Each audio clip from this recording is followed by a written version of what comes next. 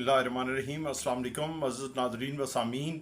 मेरा आज का टॉपिक ग्रीन सर्टिफिकेट के मुतल्लिक है, जो कि प्रॉपर्टी के मुतल्लिक एक बोर्ड ऑफ रेवेन्यू का नोटिफिकेशन इशू हुआ कि 1 जुलाई से किसी भी प्रॉपर्टी जो इमूवेबल प्रॉपर्टी है उसका कोई फ़र्द जारी नहीं होगा। जिस तरीके से पहले लोग पटवारी से जाके या लैंड रिकॉर्ड सेंटर से जाके कंप्यूटराइज फ़र्ज जारी करवा लेते थे और फिर उसके ऊपर आगे प्रोसेस होता था म्यूटेशन या रजिस्ट्री का, या जो भी उन्होंने कोई उसके लिए इस्तेमाल में लाना होता था तो वो एक ग्रीन सर्टिफिकेट जारी होता था।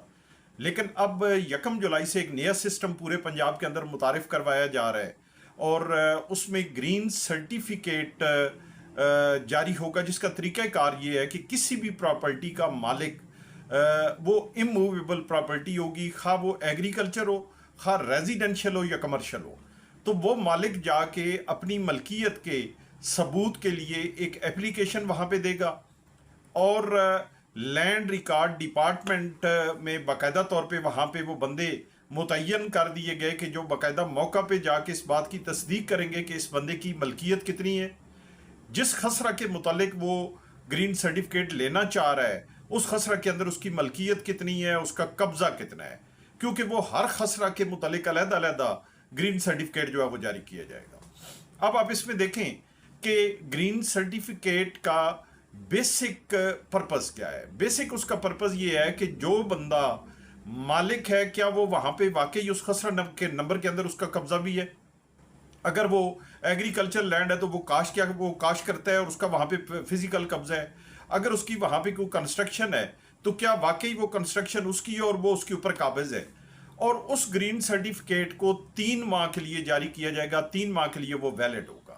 अब उस ग्रीन सर्टिफिकेट की तीन उसकी इकसाम है। पहली उसकी किस्म है ग्रीन सर्टिफिकेट। ग्रीन सर्टिफिकेट उस प्रॉपर्टी के मुतालिक जारी होगा कि जहाँ पे एक बंदे की मलकियत और उसका पोजेशन दोनों क्लियर होंगे। इसके बाद अगर किसी बंदे की मलकियत तो है लेकिन उसका पोजेशन नहीं है तो वहाँ पे येलो सर्टिफिकेट जारी होगा।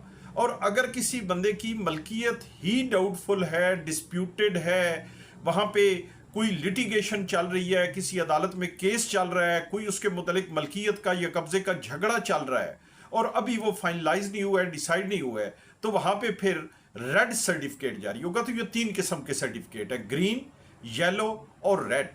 अब इस सर्टिफिकेट की म्याद कितनी है? ये सर्टिफिकेट इसकी म्याद होगी 3 माह। 3 माह के बाद ऑटोमेटिकली ये एक्सपायर हो जाएगा। उसके बाद अगर आपने दोबारा कोई भी ट्रांजैक्शन करनी है किसी भी पर्पस के लिए, अगर आपको ज़रूरत है, 3 माह के बाद दोबारा आपको वो सर्टिफिकेट जारी करवाना पड़ेगा। और उसकी एक खसरा नंबर की जो फीस है वो 1000 रुपये उन्होंने रखी। तो हर खसरा नंबर का अलग-अलग ग्रीन सर्टिफिकेट, हर खसरा नंबर की अलग-अलग 1000 रुपये फीस, म्याद उसकी 3 माह। तो इसकी 3 कैटेगरीज मैंने आपके सामने गुजारिश कर दी, बता दी। अब इस ग्रीन सर्टिफिकेट का फ़ायदा क्या होगा?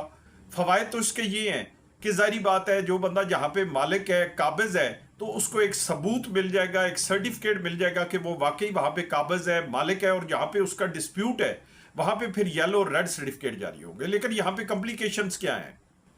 और इस सर्टिफिकेट के जारी होने के बाद भी जो मसाइल पेश आएंगे या जो मसाइल पैदा होंगे वो ये हैं कि यहाँ पे हमारे पास क्योंकि ज़मीनों की इस्तेमाल नहीं है, यहाँ पे इसकी लिमिटेशंस प्रॉपर नहीं हुई हैं, हद बरारियाँ नहीं हुई हैं, तो यहाँ पे ये डिस्प्यूट्स बहुत ज़्यादा है। इसलिए हर दूसरे खसरा नंबर के अंदर ये मसाइल सामने आएंगे। बेहतर तो ये था कि गवर्नमेंट ये सिस्टम लॉन्च करने से पहले इस साइड पे तवज्जो देती कि बाकायदा तौर पे इस्तेमाल हो जाता, लोगों की जो होल्डिंग्स है वो इकट्ठी हो जाती, एक जगह पे आ जाती। अब स्कैटर्ड है, किसी की 1 कनाल यहाँ पे, किसी की 10 मरले वहाँ पे, किसी की 2 कनाल वहाँ पे, तो ज़्यादातर ये मसाइल है।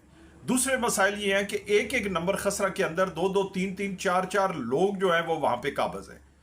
एक खसरा नंबर फॉर एग्जांपल वो अगर 10 कनाल का है, 20 कनाल का है, 40 कनाल का है, तो एक ऐसे को एक काश कर रहा है, दूसरे ऐसे को दूसरा काश कर रहा है, तीसरे को तीसरा काश कर रहा है, या एक ही ज़मीन आज मैं काश कर जाता हूँ, अगली फसल आके कोई और काश कर जाता है, तो वहाँ पे ये एम्बिक्विटीज़, ये मसाइल, ये सवालात ज़रूर जन्म लेंगे।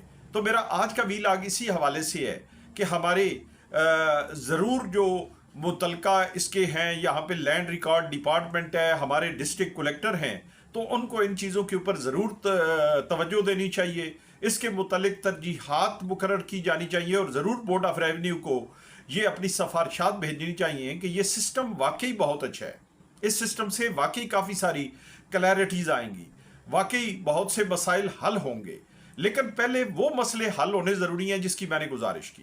पहले ये डिटर्मन हो जाए कि वाकई एक बंदा उस नंबर के अंदर जितना काबज़ है उसका वहाँ पे कब्ज़ा भी है।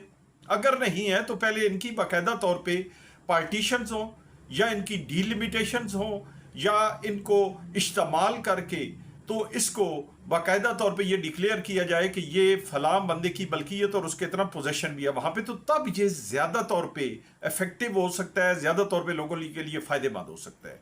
तो मेरा आज का वीलॉग इसी हवाले से था। मेरा वीलॉग ज़रूर आगे शेयर कीजिएगा, ज़्यादा से ज़्यादा लोगों तक पहुँचाइएगा ताकि ज़्यादा से ज़्यादा लोगों तक इंफॉर्मेशन पहुँचे। किसी में बात में अगर एम्बिग्विटी हो तो मैं हाजिर हूँ, ज़रूर मुझसे सवाल भी कीजिएगा। बहुत शुक्रिया। अल्लाह तबारक व तआला मेरा आप सबका हामी और नासिर हो।